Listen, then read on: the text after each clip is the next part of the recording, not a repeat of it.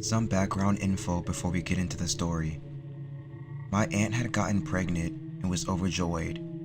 Everyone was talking about the baby as it was the first grandchild, and she ended up miscarrying after her ex-boyfriend hit her stomach. She got depressed and frequently thought about killing herself. However, later she did get pregnant again. She was considering abortion as she didn't want more pain after what had happened. She always called her dead baby Beatrice, as it was her sister's name. Eventually, she had Candace. Then she met her husband and they had 5 more kids together. Sometime about 9 years later, my aunt would get frequent calls, and every time she answered, she would hear a little girl say, "Why did you forget me?" She was confused, but just chalked it up to a prank call. Then things would go missing, like very specific things. Pictures of her ultrasound when she was pregnant with Beatrice, pictures of her ex-boyfriend, and her positive pregnancy test. She still kept it because she wanted to show it to Beatrice when she got older. And then my aunt got post-it notes around her house saying, "Why did you forget me?" She was also schizophrenic, so she thought she was being delusional and was getting ready to check herself into a psych ward. My mom called and explained she had an overnight shift and begged my aunt to let me sleep over because everyone else was busy and she had no babysitters. My aunt eventually agreed. She told me that when I said what I said about Beatrice, she was petrified. She called my mom, and their conversation was her talking about how she didn't know what was going on and wanted to move. My mom went there and they stayed with my family for a couple of weeks. Now to the story. I was 5, and my mom dropped me off at my aunt's house so I could have a sleepover with my cousins while she worked. Well, I went to bed in the basement. At around 3 a.m., I woke up from hearing some girl talking upstairs. I thought it was my cousin Candace, but I saw her sleeping right next to me. So who was it? It wasn't my aunt's voice. Eventually, I gained the courage to walk upstairs, only to see a girl who looked no older than 10 talking to herself. I didn't know her, but she looked familiar. I, being a stupid kid, went up to her and said hi. She looked at me and smiled and introduced herself as Beatrice. She then gestured me to go outside. I shook my head, but she kept gesturing to me to go outside. I said, "I don't want to go, it's dark." Her expression changed to a frown, and this was the point I realized I don't know this girl, and neither does my aunt. So who is she? I asked her why she was in my aunt's house, and she then got angry and grabbed me by my arm to try to drag me outside. I yelled and ran to the basement and locked the doors. I could hear her screaming. The next day I was talking to Candace about what happened, and she got confused and asked her mom. She then got nervous and just told me and Candace to play outside. I heard her on the phone with my mom saying, "Does he even know about her?" As I got older, the more I went to my aunt's, the more I saw Beatrice leering through doorways or standing in my aunt's backyard. I decided to never go to my aunt's house again and still won't.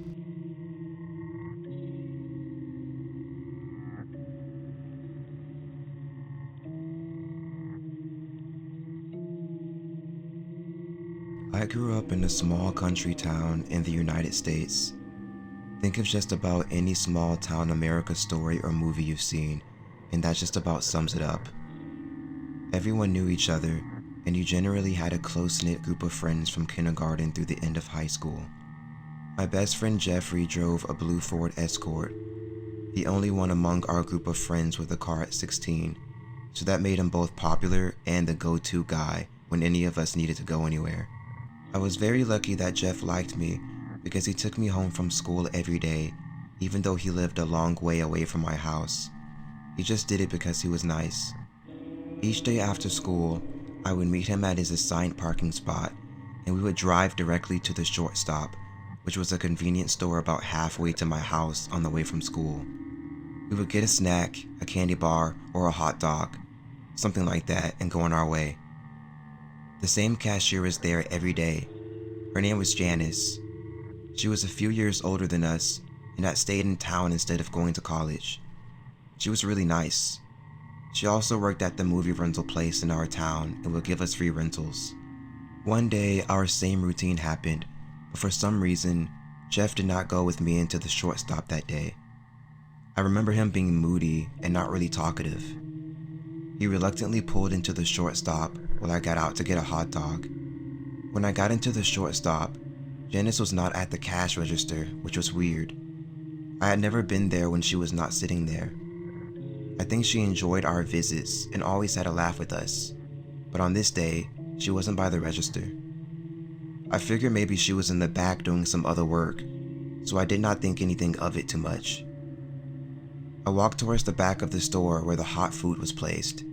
If you remember those rolling heated hot dog machines where the hot dogs would just sit and spin, there was a soda fountain by the hot dog machine and other things like napkins, straws, ketchup, and mustard. There was a young boy standing in front of this counter, facing the wall. He was not trying to get any food and was standing completely still to my memory. He was just standing there, staring at the wall, not moving at all. He was wearing a red t-shirt, blue shorts, and no shoes. He had wavy brown hair and had a dark tan complexion. He was perhaps about 8 to 10 years old. I walked toward him as if to stand in line behind him because I thought maybe he was thinking about what he wanted to eat. I stood there for a moment, and when he didn't move, got a bit closer, trying to give him a hint that I was waiting and to make up his mind. Nothing. He did not move at all. After a second or two, I looked towards the cash register and Janice was sitting there, not talking, not smiling, not looking at me at all. She was just sitting at the cash register with a blank, empty face looking toward the back of the store. She always said hello to me. I would say she even looked forward to our stopping by, but she did not even acknowledge me, and I have no idea how she got back to her seat without me seeing her. If she had been in the back, she would have had to walk past me. The only other thing I can think of is that she was kneeling behind the counter when I walked in and just never stood to greet me, which is very, very strange. I was still standing behind the boy, but had turned my head to look at Janice at the register. When I turned my head back around, the boy was looking at me. The boy had completely black eyes, no white at all, no pupils, no irises, solid black, as if someone had poured tar in his eyes, and he just did not wipe it out. He was not smiling, not moving toward me, not talking, and not making any expressions at all. He just stared at me. Otherwise, every other thing about him was like a normal kid. Needless to say, I was terrified. It startled me so much, I started walking backwards towards the door. When I got to the register, I turned and basically ran out of the store. I ran directly past Janice, and she did not say a word to me. She did not move. She just sat at the register as if she was frozen. I turned and looked back at the boy, and he continued staring at me all the way out the door. I jumped in the car and asked Jeff to take off as fast as he could. Again, he was in a bad mood that day, so he asked me why I did not get anything, as if he was upset, and then just drove off. As we drove away, I could not see if the boy or Janice were still in the same state, and I just tried to get it out of my mind. The next Monday, we went back to the short stop. Both Jeff and I went in and saw Janice sitting behind the counter. She acted the same way she always did, friendly and funny, as if nothing had happened. I asked her what the deal was the week before with the weird black-eyed kid and asked if she was okay because of the way she was acting. Here is the weird part. She acknowledged what had happened somewhat, but did not verify the event 100%. She just laughed and said something like, "Oh, it was nothing," or something like that, and then changed the subject. I never brought it up again, nor have I seen the black-eyed boy again.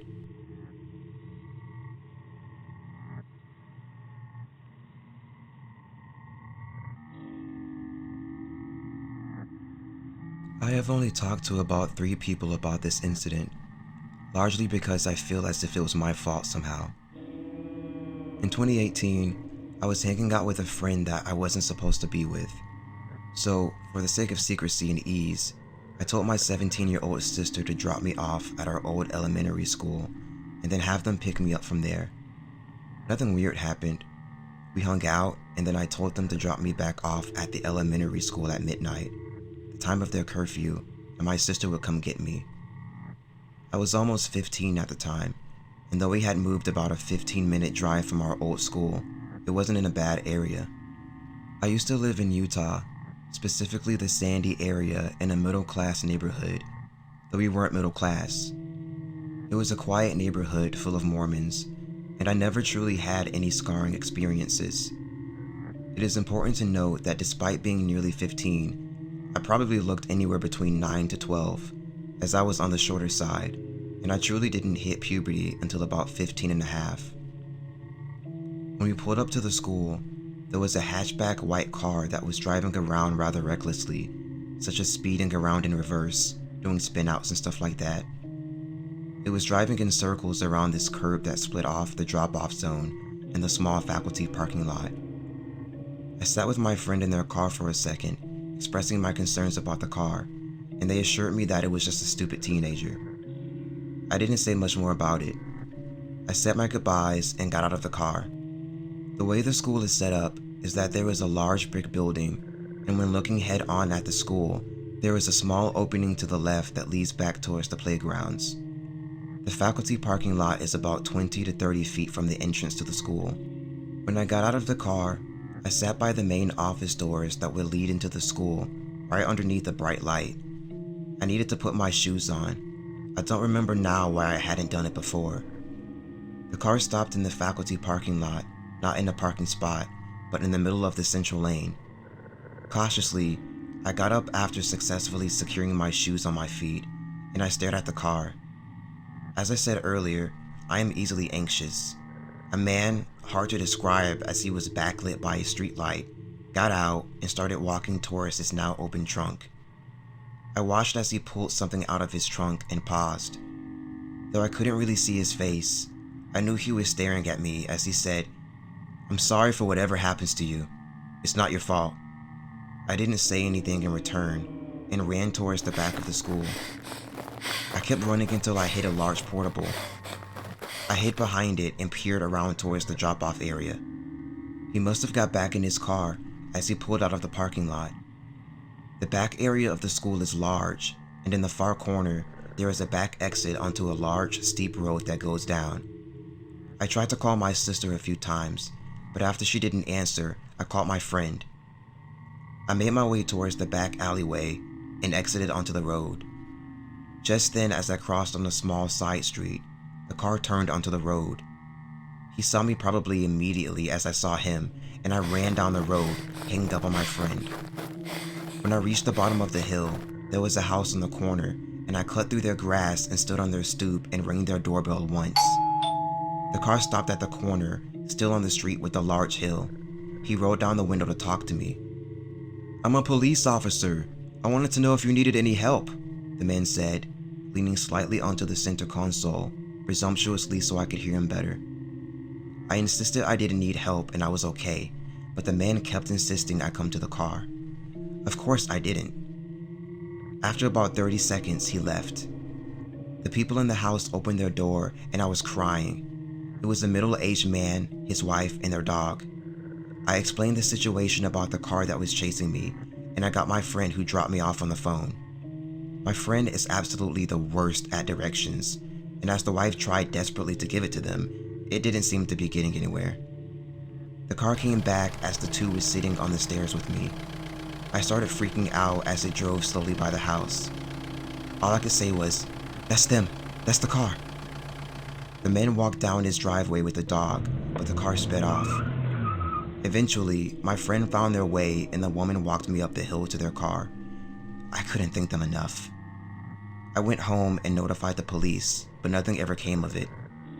I don't know what that man's intentions were, but I can clearly tell that they weren't positive.